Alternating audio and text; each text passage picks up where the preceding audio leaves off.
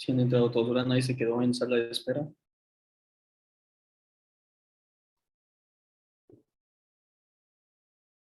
Vamos a tratar de quitarla.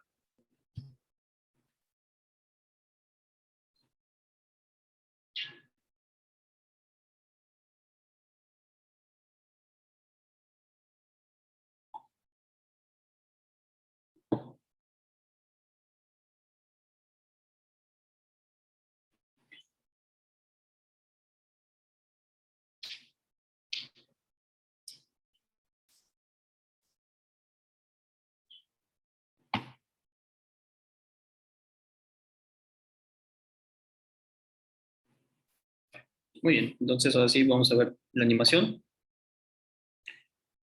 Aquí tenemos otra vez el hueso con un hematoma. Si hay movimiento, pues la fractura se va a desplazar. Si tenemos un callo fibroso, se mueve un poquito menos. Una vez que tenemos un callo blando, va a tolerar un poquito más el movimiento, pero si nosotros le metemos mucha galleta, vamos a terminar por moverlo. Pues la idea es que empiece el movimiento hasta que el hueso va a tolerar esa deformidad. Eventualmente este hueso trabecular que ya se depositó, que formó un callo duro, se va a ir remodelando y con el paso de los años se van a recanalizar estos canales de Havers y estos canales de Wellman y va a quedar algún tipo de deformidad permanente que se conoce como el callo o el parte de la consolidación.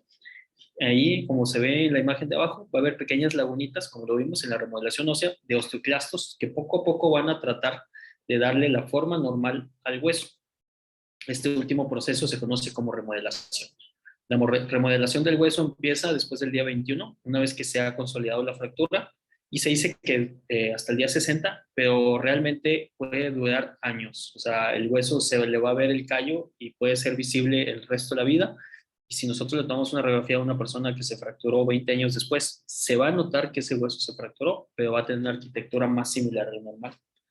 Durante la remodelación, el tamaño del callo va a ir disminuyendo progresivamente y esto se lo debemos a los osteoclastos. Se va a recanalizar el hueso y esto es también gracias a los osteoclastos, sobre todo formando los canales de Havers y eventualmente también el canal medular. Va a haber migración poco a poco de las células madre que están en la médula ósea. En este punto la fractura ya no se debe de mover y por lo tanto la consolidación es visible en las radiografías. Aquí también les voy a recalcar, como dijimos, el día 21 hasta el día 21 se empieza a madurar ese callo duro y mientras no haya calcificación en el callo, pues no va a ser visible en las radiografías. Entonces, cuando alguien se fractura y nosotros le pedimos una radiografía a la semana o a las 2 semanas, no es para ver si está pegando la fractura, es para ver que no se haya desplazado. Cuando queremos ver si la fractura está consolidando, tiene que ser a partir de la tercera o la cuarta semana.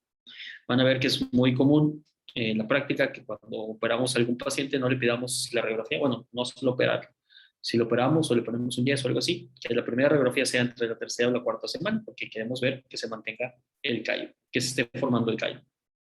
Entonces, eventualmente, ¿qué es lo que busca el cuerpo? Pues recuperar esta arquitectura normal con todo y los canales de Havers, que son los que van a comunicar a las partes del hueso. Aquí se va a resumir todo lo que estuvimos viendo en estas animaciones.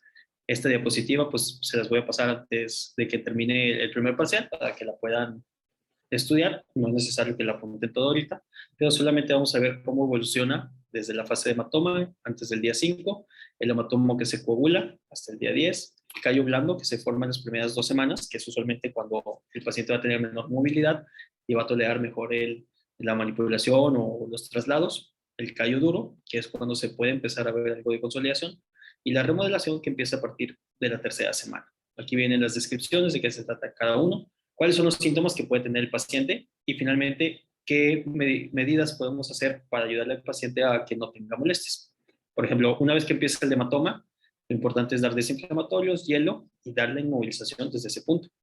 Durante la formación del hematoma, que todavía puede haber dolor, seguimos con los desinflamatorios, ya que una vez que se forma el callo blando, podemos empezar con estiramiento muscular, movimiento pasivo, si la inmovilización lo permite. Ya una vez que se formó el callo duro, podemos empezar la progresión de la movilidad, incluso que lo haga el mismo paciente. Si son extremidades de carga, pues generalmente a partir de la tercera o la cuarta semana, podemos empezar a indicar el peso Y la remodelación, ahí sí ya podemos progresar la carga de peso en la extremidad hasta que el paciente lo tolere normal y que eventualmente se pueda reincorporar a su vida normal. Aquí vamos a hacer el movimiento activo, fortalecimiento, y es donde propiamente va a entrar la rehabilitación. Entonces, como vimos, si nosotros permitimos que haya movimiento en la fractura, existe riesgo de que no pegue. Entonces, ¿cómo generalmente vamos a tratar las fracturas? Pues con la inmovilización. ¿Qué es lo que busca la inmovilización? Evita que la acción muscular siga deformando la fractura, y como evitamos la contractura, pues también vamos a controlar el dolor. Vamos a ver una clase en generales del tratamiento de las fracturas, donde vamos a abarcar todos los tipos de inmovilizaciones, si son vendas, si son yesos, si son fibras de vidrio, si son ortesis. Así que por el momento no me voy a detener a hablar mucho al respecto. Nada más como brevario cultural.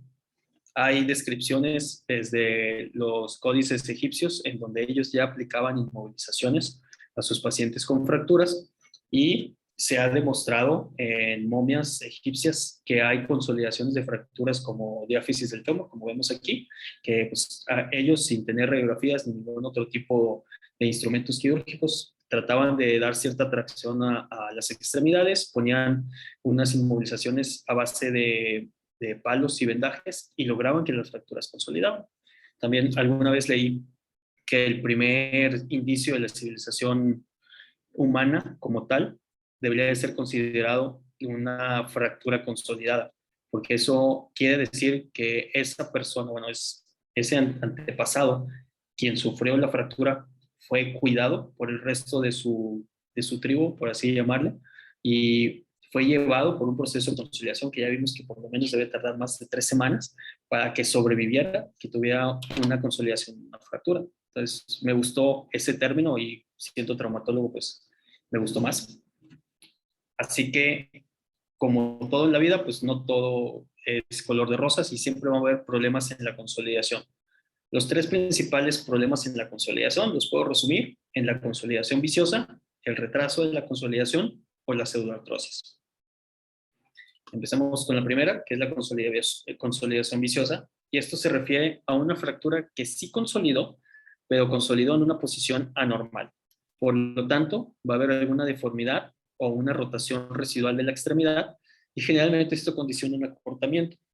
Si tenemos una extremidad que está acortada y que está rotada, pues va a haber una disfunción física que también se va a traducir en limitación en los rangos de movimiento. Esto también lo vamos a ver más adelante cuando veamos deformidades angulares. Pues aquí vemos un ejemplo de una fractura tibioperonea que posiblemente fue manejada con yeso, porque pues, no se le ve ningún rastro de cirugía, y tiene una angulación en retrocurvatum muy marcada, aproximadamente de unos 30 o 40 grados. Entonces, imaginen tratar de caminar con una pierna como esta. Es una deformidad que debe ser evidente a simple vista, y sobre todo, pues que le causa algún tipo de disconfort a esa persona. El segundo problema que podemos tener es el retraso de la consolidación. Aquí es la fractura tarda en consolidar. Podemos decir que abarca desde las 12 semanas hasta los 6 meses. Y durante este periodo todavía hay posibilidad de estimular la consolidación en el hueso. Este generalmente se va a deber a un micromovimiento constante en el trazo de la fractura, a lo mejor una fractura que fue mal inmovilizada por falta de estabilidad. Si en este caso, por ejemplo, la placa que vemos en la imagen fue colocada y los principios no fueron bien respetados, entonces puede haber micromovimiento, eso se considera falta de estabilidad y eventualmente no permite que haya una adecuada migración de nuestros osteoblastos. Puede haber factores en el huésped, como lo mencionaba antes. Los pacientes que son fumadores activos tienen mayor riesgo en retraso o falta de consolidación. También los pacientes diabéticos por mala circulación van a tener una peor migración en el hematoma de la fractura. Pacientes inmunosuprimidos, ¿por qué? Porque pues, no tienen un proceso de reparación adecuado. Los pacientes que toman esteroides, porque los esteroides también limitan el proceso de cicatrización en los huesos. El paciente desnutrido, si no tiene sustratos suficientes para hacer que consolide la fractura, porque el cuerpo usualmente está usando esos sustratos para mantener los estímulos vitales. Y también los pacientes alcohólicos, que es un tipo de desnutrición, y entre muchas otras cosas que podemos encontrar, incluyendo también los pacientes con cáncer, porque pues, hay un proceso inflamatorio severo sistémico y eso también contribuye a que la fractura no pegue. Cuando hay una pérdida de hueso, eso lo vamos a ver en las fracturas expuestas con daño muy severo. Puede ya llegar el momento en el que veamos esas fracturas horribles que llegan en los motociclistas, donde incluso les faltan unos 10 centímetros de tibia y ese pedazo de hueso se queda en la zona del accidente. Pues evidentemente que si no tienes un hueso para hacer un puente, pues no va a haber consolidación. Y también en cuanto al tema de la infección. Si tenemos una fractura expuesta, donde puede haber migración de las células hacia ese hematoma, el hematoma puede ser infectado y por lo tanto en una infección, como lo vimos en la clase pasada, al haber secreción de interleucina 6 y factor de necrosis tumoral, pues va a inhibir el proceso de consolidación ósea. Entonces la infección es algo que puede complicar muchísimo una fractura. No necesariamente las fracturas expuestas se infectan. Un paciente que tiene una fractura, lo operamos, le ponemos una placa y trae un foco séptico en algún otro lado, pues esa placa también se puede infectar y por lo tanto eso empeora el pronóstico de consolidación. Y el tercer punto que puede pasar es la pseudoartrosis. En este caso no hubo consolidación. Y para nosotros poder decir que la fractura llegó a pseudoartrosis, tuvieron que haber pasado 6 meses sin evidencia radiográfica o clínica de que haya pegado la fractura. ¿A qué me refiero con evidencia clínica? Pues que va a haber un movimiento patológico entre los fragmentos en la zona de la fractura. Va a haber una migración de fibroblastos al foco de la fractura, como estaba comentando hace tiempo. Si hay mucho movimiento, pues el cuerpo no deposita calcio, deposita fibroblastos, y estos fibroblastos van a crear una pseudoarticulación. Esta pseudoarticulación tiene una Doctor, pseudocápsula, ¿sí? ¿me puede repetir lo que dijo de que después de 6 meses sin evidencia radiográfica? Ajá. Si una fractura tiene más de 6 meses en donde en las radiografías no se demuestra que haya una consolidación, se considera pseudoartrosis. Ah, sí, ya, gracias. Entonces, bueno, ahorita toco otra vez el tema. Así que estos fibroblastos van a crear una pseudocápsula y eventualmente va a haber una migración de tejido sinovial y por lo tanto también va a haber líquido en esta zona como si fuera una pequeña articulación y de ahí deriva el nombre de pseudoartrosis, que es pseudoarticulación. Como no hay migración de osteoblastos, pues ¿qué va a hacer el hueso? Va a depositar osteoide en los bordes y por lo tanto va a haber esclerosis, como se ve en la imagen B de arriba a la derecha. Esta es una tomografía de una pseudoartrosis, donde vemos que el canal medular se ha llenado de hueso, se ha formado hueso cortical aquí y pues nunca va a haber migración de osteoblastos si aquí ya está sellado el canal. Entonces por eso va a haber una obliteración del canal medular. La pseudoartrosis puede ser infecciosa o aséptica. En un paciente que tuvo una infección, pues como no hay una correcta consolidación, pueden verse evidentes los trazos como se ve aquí en la tomografía. Y también la pseudoartrosis la podemos subdividir en 3 tipos, que ahorita no voy a profundizar en ellos, pero pues es importante conocerlos. Es la hipertrófica, que eso se presenta cuando hay un exceso de movimiento y por lo tanto el hueso y el cuerpo están tratando de envolver al hueso en un callo óseo y se hace un callo muy grandote.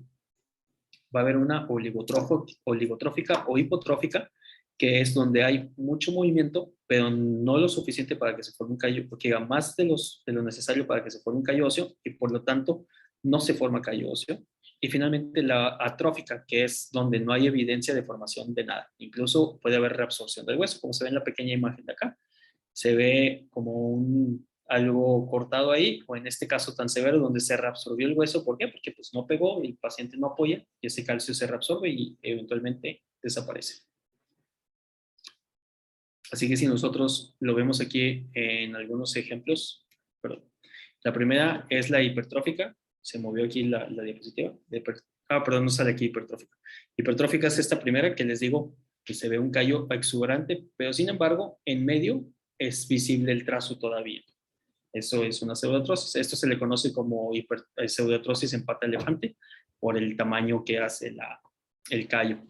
En la hipotrófica, como vemos aquí, pues es una fractura de tibia, un trazo espiroideo que estaba desplazado, que no fue bien reducido, y se le puso un yeso, y que cuando le quitan el yeso, pues no hay consolidación, pero no hay formación de callo. ¿Por qué? Porque no permitió que hubiera una migración adecuada de los osteoblastos y también tuvo una fractura de peroné que aquí se ve que esa sí pegó. ¿Por qué? Porque el peroné no necesita tanto para consolidar. Entonces, esto es una pseudoartrosis hipotrófica o oligotrófica y en la atrófica lo vemos en pacientes que tienen osteopenia, que tienen la pérdida de hueso, En este caso es una fractura colminuta de fémur, donde vemos que hay muchos fragmentos pequeños allí en el canal. Se le pone una placa y a pesar de que se le puso la placa, nunca hubo consolidación. Entonces, cuando le pidieron al paciente que apoyara, pues, ¿qué pasó? Se rompió la placa, porque la placa no está diseñada para soportar el peso del cuerpo.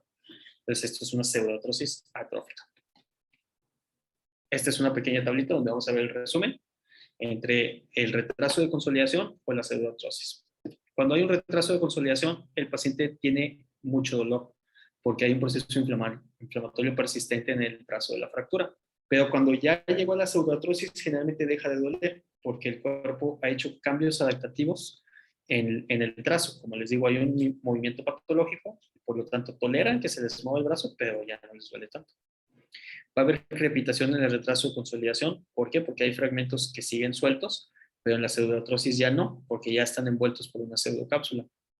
El movimiento va a ser mucho peor en la pseudoartrosis porque en el retraso de consolidación todavía hay posibilidad de que la fractura pegue.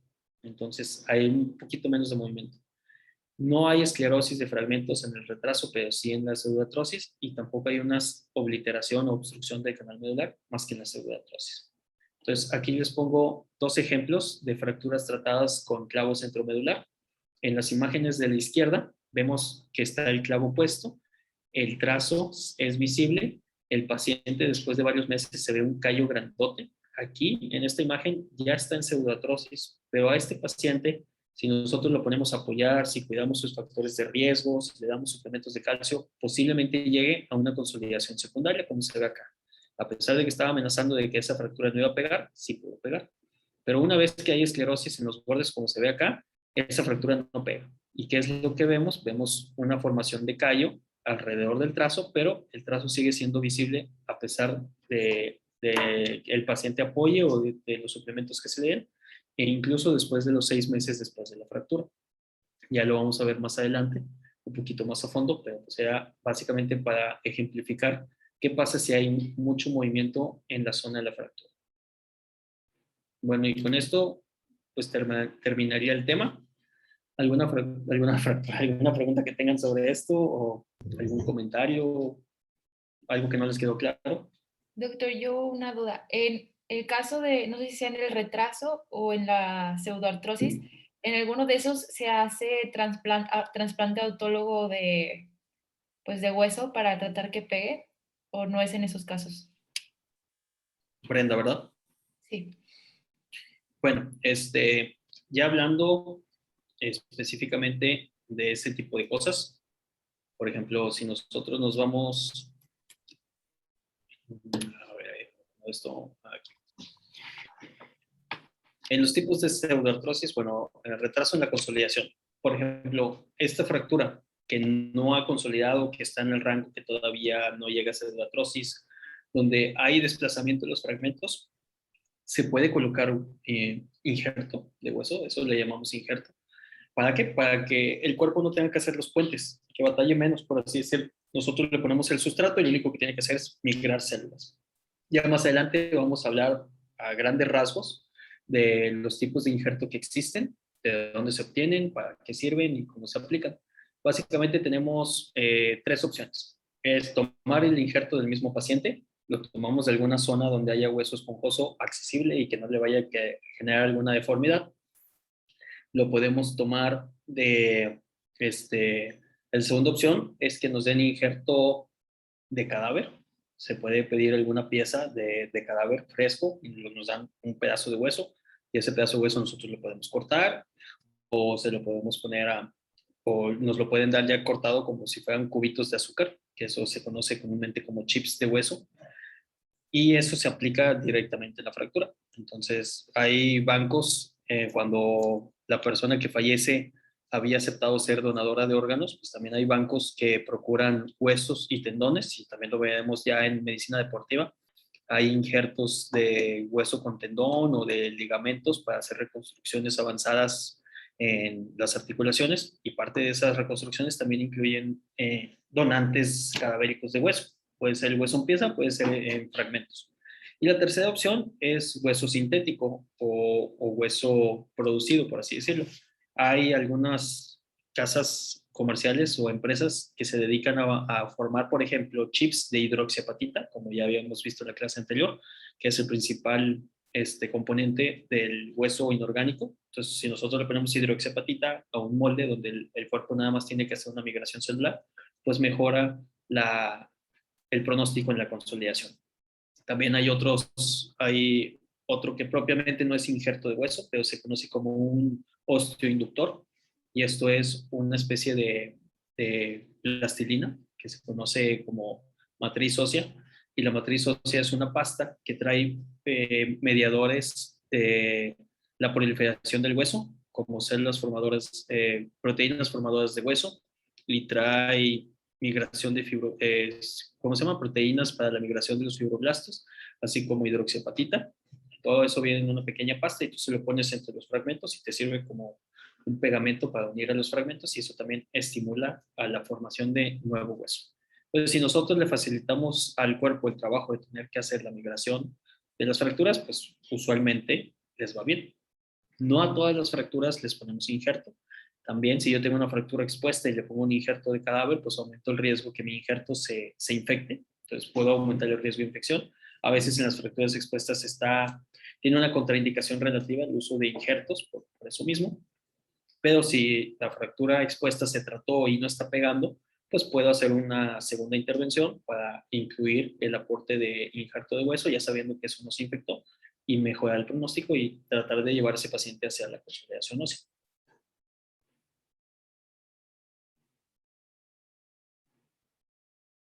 Muy bien, ¿alguna otra pregunta?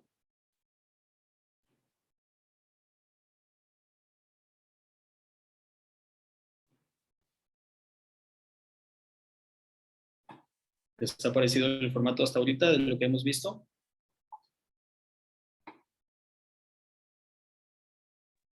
Sí, doctor. Doctor, está bien. Perfecto. Nuestra tercera clase. He dicho algo de un video de Payet. Ah, sí, pues tenemos ahorita tiempo. La presentación de Payet. Nuestra tercera clase va a ser cartílago y articulaciones. Vamos a ver la histología del cartílago, cómo se denominan o cómo se diferencian las articulaciones, qué tipos son, qué movimiento tienen. Vamos a ver cuál es la repercusión clínica, pues sobre todo en cuanto a las lesiones cartilaginosas.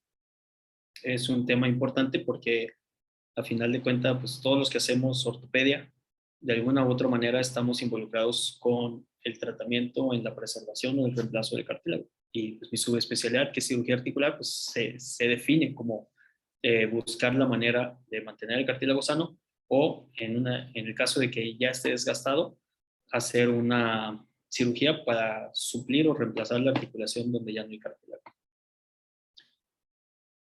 Vamos a ver este caso clínico. Se los voy a pasar rápido y resumido los puntos importantes porque sí está extenso. O sea, fue para una plática que di el año pasado, como viene ahí, en el Colegio de Ortopedia de aquí de Tampico, que es la sede más grande en Tamaulipas, y es un caso que me tocó revisar y atender en el IMSS aquí. Este fue un señor de 70 años que de antecedente de importancia tenía Parkinson, ya de 8 años de diagnóstico. Estaba tomando pues lo habitual, que es levo con carbidopa. Normalmente él necesitaba que lo ayudaran a moverse fuera de su cama para bajarse y caminar, y es un paciente que depende totalmente para su cuidado. Él tomaba y fumaba, ya lo había suspendido. Había tenido una fractura en su tibia derecha que fue tratada cuando tenía 30 años. Le puso una placa y no comenta ningún problema. No es alérgico a nada. Motivo de consulta: llega el 1 de abril del año 2018 al hospital ahí del IMSS, porque él dice que estaba sentado en su cama y giró la pierna para bajarse y ir al baño, y de repente le dolió la cadera. Él comentaba, ya cuando lo interrogué para el interrogatorio directo, que ya tenía dolor en esa parte. Y entonces cuando llega, pues, se pide lo normal, que son radiografías de la zona de la fractura de sus laboratorios prequirúrgicos. Pero la sorpresa es que cuando le tomamos la radiografía vemos este tipo de trazo. A ver, vamos a ver, Jorge Armando, ¿qué es Longoria? Nada más vemos Longo.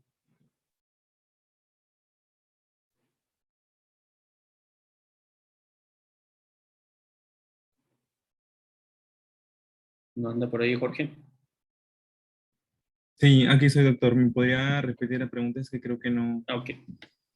Si nos puedes describir cómo ves esa... Ahí déjame, me voy para arriba. Ahí está, esa radiografía.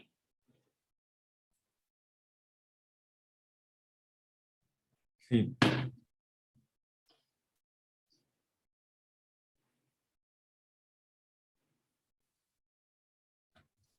Pues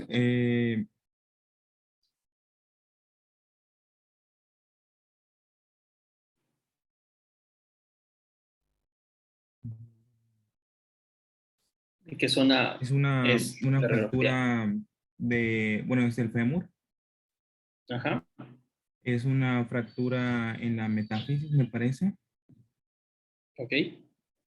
Ujú. ¿Qué radiografía es? ¿Cómo describirías esta proyección? Me parece que es AP. Ujú. ¿AP de qué? Mm,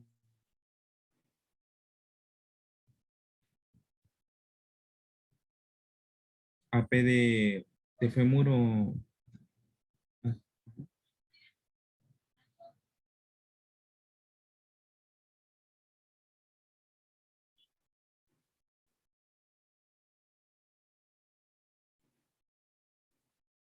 Es una AP, puedes decir, de fémur proximal o de cadera. En este caso es el lado izquierdo. Se supone que si estoy viendo al paciente de frente, pues es el lado izquierdo que está hacia mi derecha. Esto que se ve aquí atrás del fémur, que se ve un poco más radiopaco, eso es la férula que traía el paciente ya que había sido movilizado. Y pues es una fractura en la diáfisis. La metáfisis es acá arriba. Ya después vamos a ver cómo se define diáfisis o metáfisis. Es un trazo transverso y trae ahí un pequeño fragmento ahí flotando que apenas se ve en la radiografía. Pero lo que llama la atención es esta imagen como de hueso apolillado, un hueso que está lleno de cavernas, que definitivamente no se ve como un hueso normal.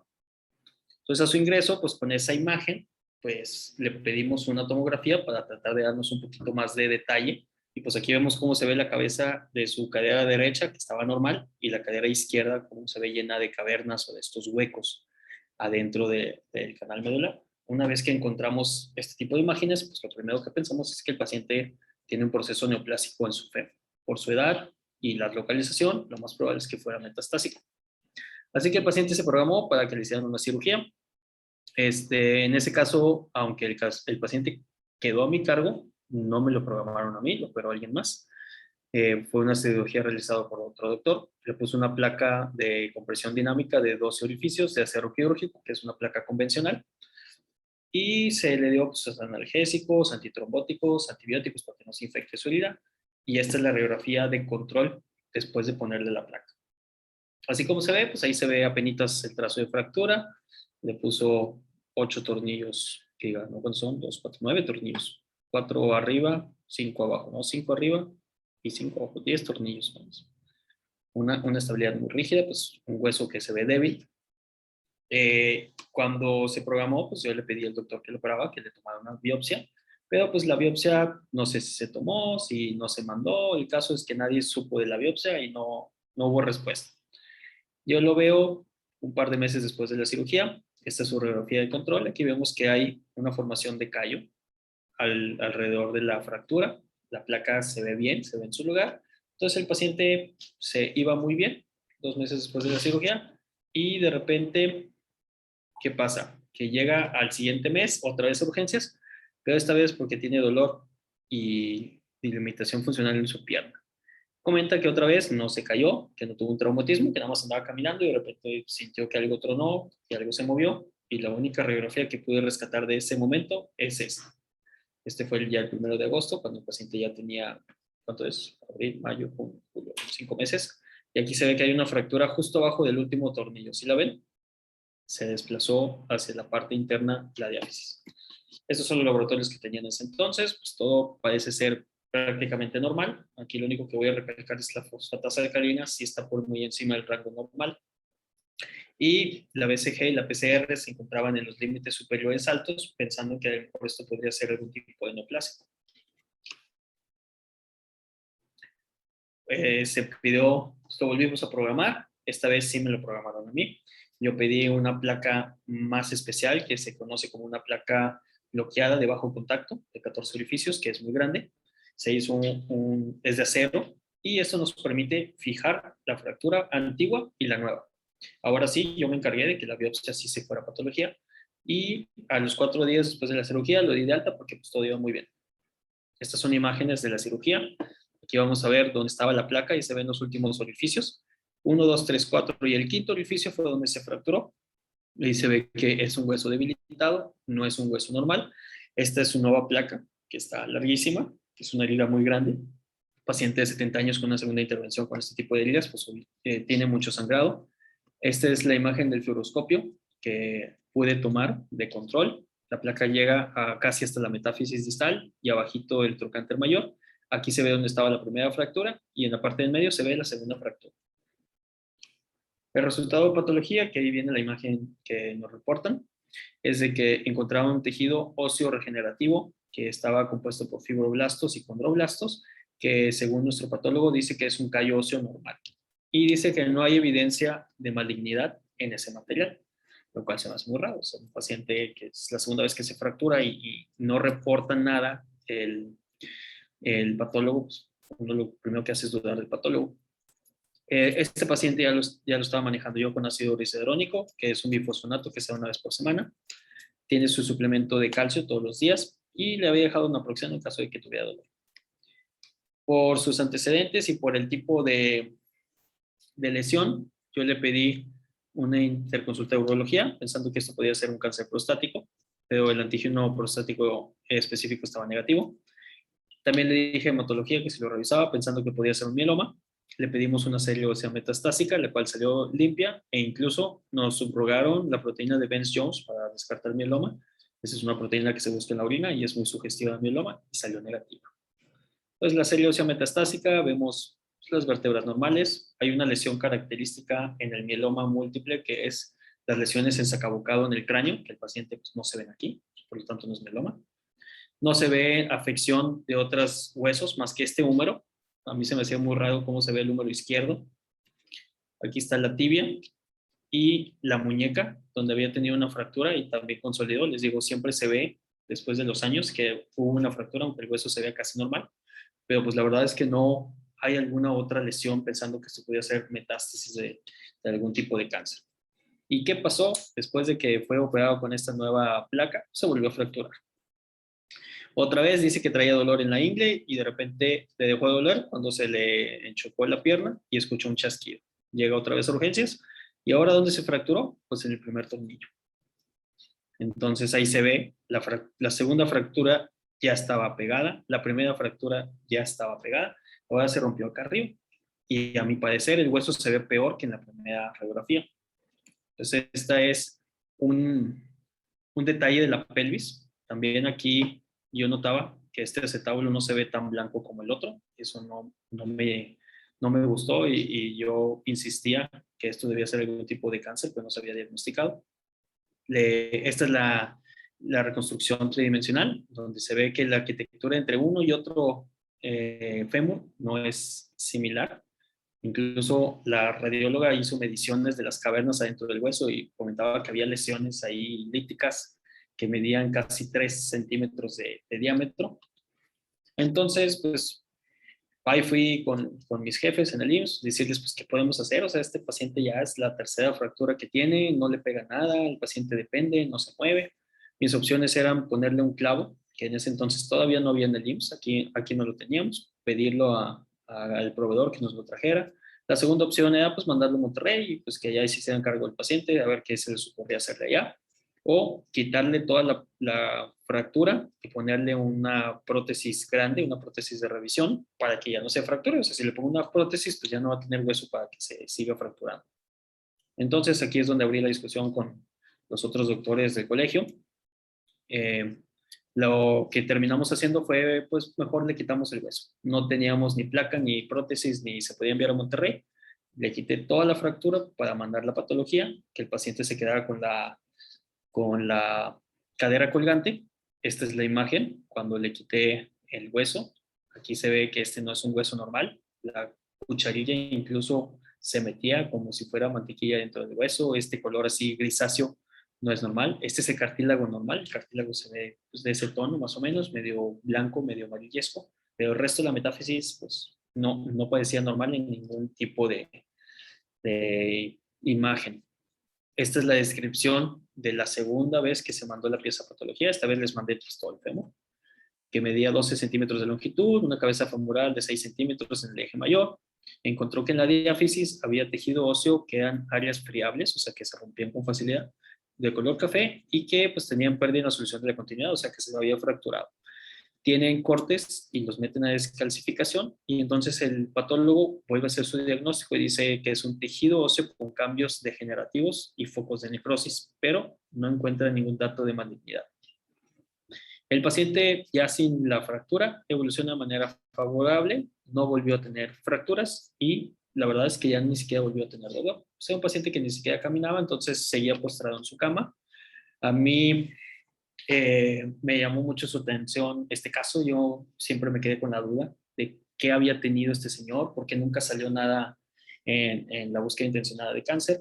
El año pasado me invitaron a hacer un curso de preparación para el examen nacional y dentro del curso de preparación me tocó abordar el tema de la enfermedad de Payet.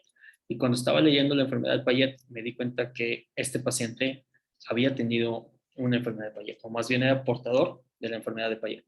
Así que localicé a la familiar, le pedí que me llevara al señor para volverlo a revisar, le pedí radiografías nuevas, y estas fueron radiografías un año después de todo lo que sucedió, sin la cadera, e incluso vemos cómo la afección continuó y llegó casi hasta la rodilla.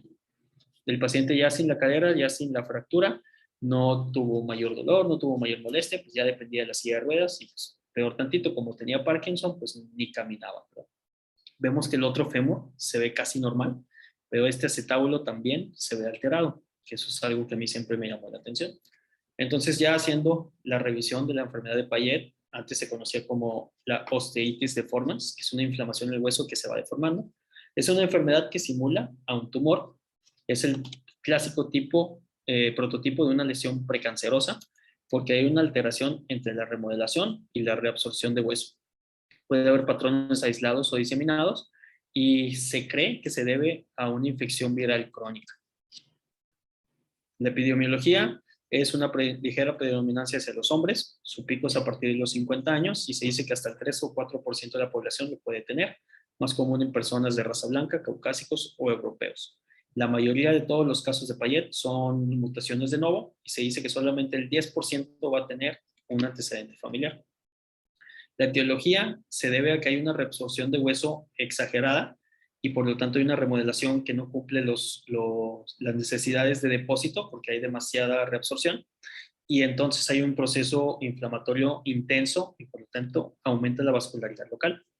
Se sugiere que hay una infección latente por paramyxovirus, que puede ser el virus sincitial respiratorio o el parotiditis, algo similar como el que le pasa a los pacientes que tienen herpes zóster y se queda alojado en los ganglios Doctor, dorsales. ya se va Ajá. a cortar. Ok. Bueno, me vuelvo a conectar para terminar el tema, ¿sale? Ok.